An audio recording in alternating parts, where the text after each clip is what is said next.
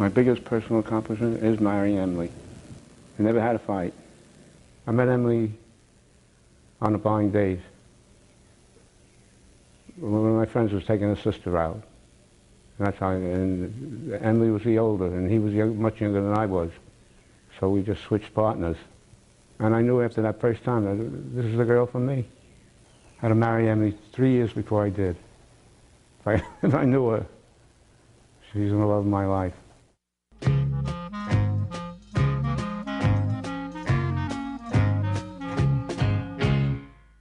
I knew what kind of a human being he was. He knew my parents loved to read the New York Times on Sunday, and when he finally got a Saturday date for me, which took a while, he drove to New York, we went out, came back, and I said, oh gosh, could we just stop off and get a Times? My parents love to have it in the morning. He drove all the way back toward New York, stopping in every single possible stationery store that would have a newspaper, and he finally got it. And if that doesn't tell you the kind of human being he is, he was so good to his mother and self-reliant, self-made. He's a real Horatio Alger story. I'm so proud of him, and I am deeply in love with him. What you've done, what you created for us as a family was really remarkable because it really captured the essence of two wonderful people, and that's hard for us to explain to anybody.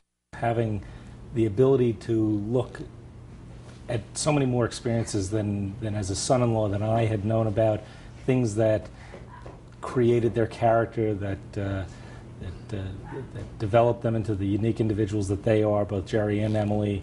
It gave great insight into his character as an individual. It gave great insight into Emily's character as an individual as well, and why they operate so well as a team. My 9-year-old at the time, I think he's looked at the video several times since then. I see there's a twinkle in his eye. It really means a lot to him as well, because these are things that are hard for children to understand. There's moments that they'll never be able to capture again, that they don't really understand, that we as adults realize how precious every moment is. The thing that changed my lifestyle most was this old John Deere tractor that I bought. I bought this off the showroom floor, and it was back in 1960 when there wasn't too many tractors around, and it made a big change in our life for the family, community. I've done a lot of work in the community with it. I could probably have 20, 25 relatives in here on my dad's side. This marker here is my grandmother Wells, is my daddy's mother. Now she was an invalid for the last 13 years she lived with us. I'm very seldom ever serious. I carry on a lot of foolishness. People don't get too offended at me. A lot of people say the only one could do that's Dan Wells and get away with it. I think my father would be remembered as being the biggest prankster in the community, without a doubt.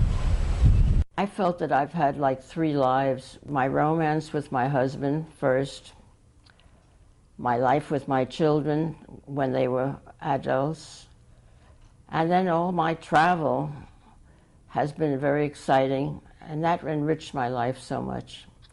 And now school, I went back to school, I was about 86, and so I took a course in literature, short stories, Wall Street, about stocks and bonds.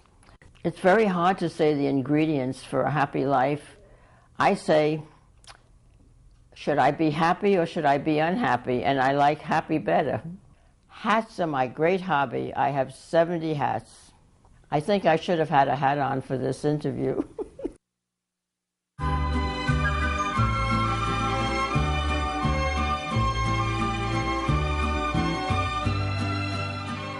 I came from El Salvador to